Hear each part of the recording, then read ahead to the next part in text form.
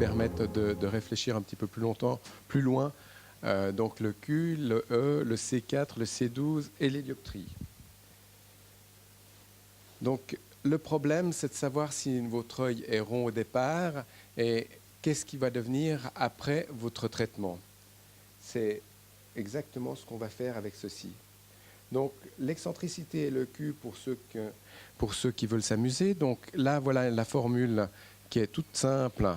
Le Q est égal à 1 moins B au carré sur A au carré. Et là, vous avez absolument tout ce que vous pouvez faire avec ce cercle, avec une ellipse, avec une parabole, etc. On va continuer là-dessus. Donc, pour ceux qui préfèrent les images, ben voilà une image de coupe de cône et ça vous donne toutes les formules que vous voulez.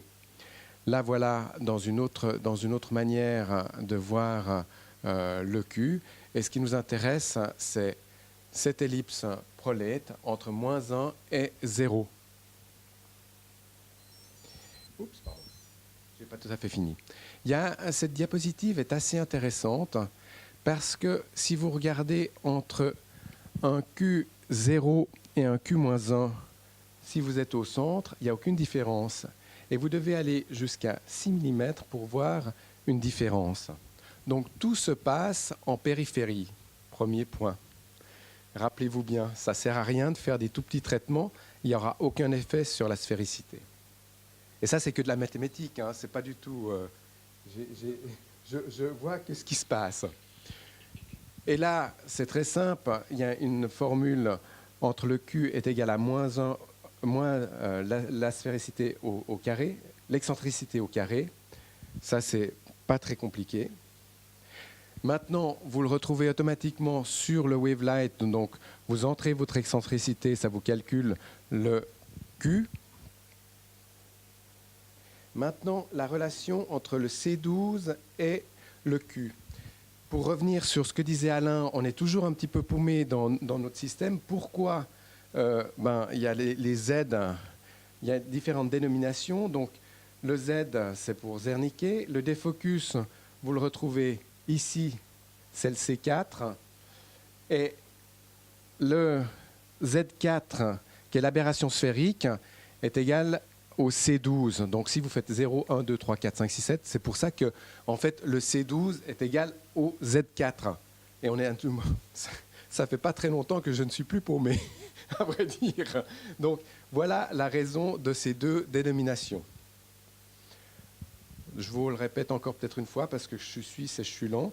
Donc, Z4 est égal à C12 et Z2 est égal à C4.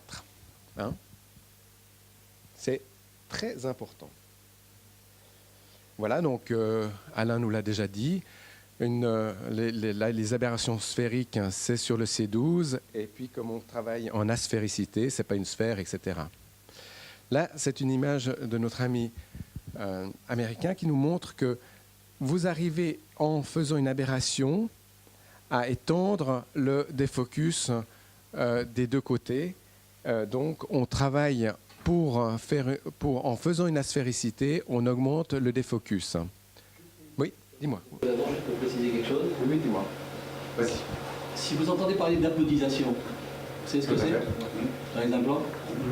Pod, c'est pied, et c'est enlever justement les pieds de ça. Donc apodiser, c'est justement aplanir ça pour les implants. C'était juste une parenthèse.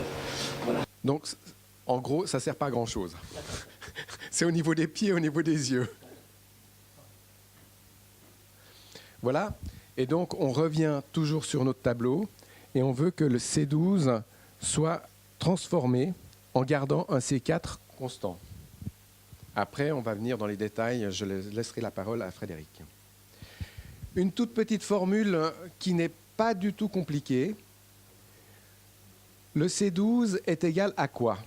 Rappelez-vous bien que dans la formule, donc, c'est directement proportionnel au Q, donc on travaille sur le Q, mais regardez le diamètre de la pupille.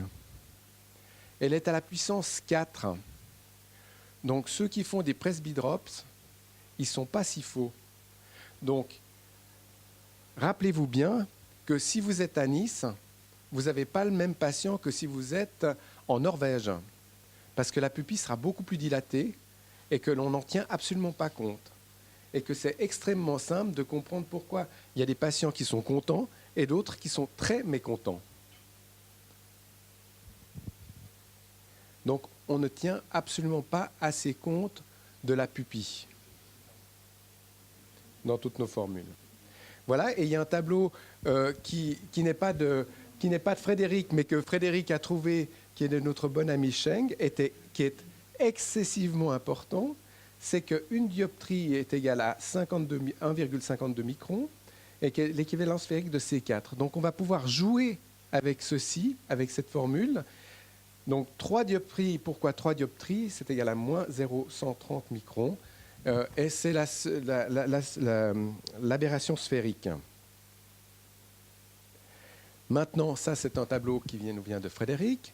Chez le jeune, vous avez une cornée qui est positive et un cristallin qui est négatif. Et chez la personne âgée, les deux sont positifs et vous devez remédier à ça.